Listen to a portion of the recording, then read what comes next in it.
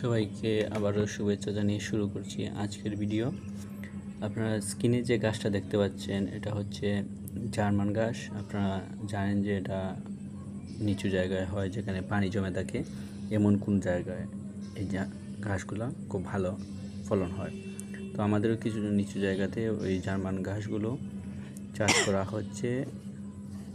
3 বছরের মতো হবে। এখানে যে ঘাসগুলো দেখছেন এগুলোই হচ্ছে জার্মান ঘাস। এখানে কিছুটা অংশ কেটে নেওয়া হয়েছে এবং বাকি অংশগুলোও আস্তে আস্তে কাটা হবে।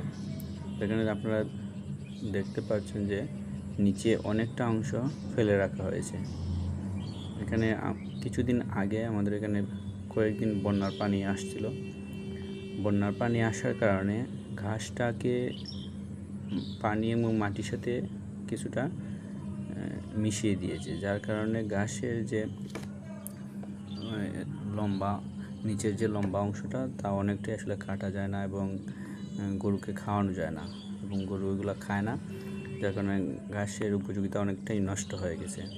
তো এই বর্তমান সময়ে ঘাস থেকে ভালো পাওয়া যাচ্ছে না। জার্মান ঘাস থেকে জার্মান ঘাসগুলো নিচু জায়গায় হয় এবং পানি বেশি হওয়ার কারণে এবং বন্যার কারণে ওইগুলাকে অনেকটা পানি এবং মাটির সাথে মিশিয়ে দিয়েছে।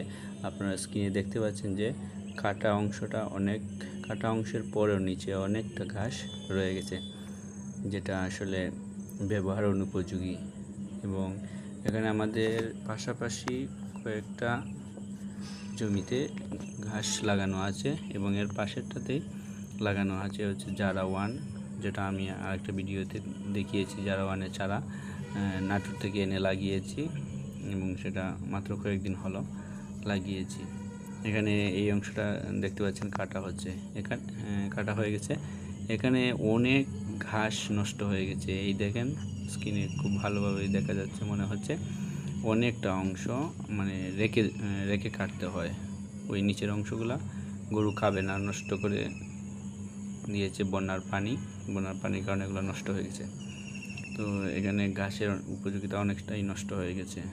এই হচ্ছে আজকের ভিডিও। আপনারা আমার ভিডিও দেখবেন, আশা করি দেখবেন এবং আমার চ্যানেলটি সাবস্ক্রাইব করে পাশেই থাকবেন। ধন্যবাদ সবাইকে।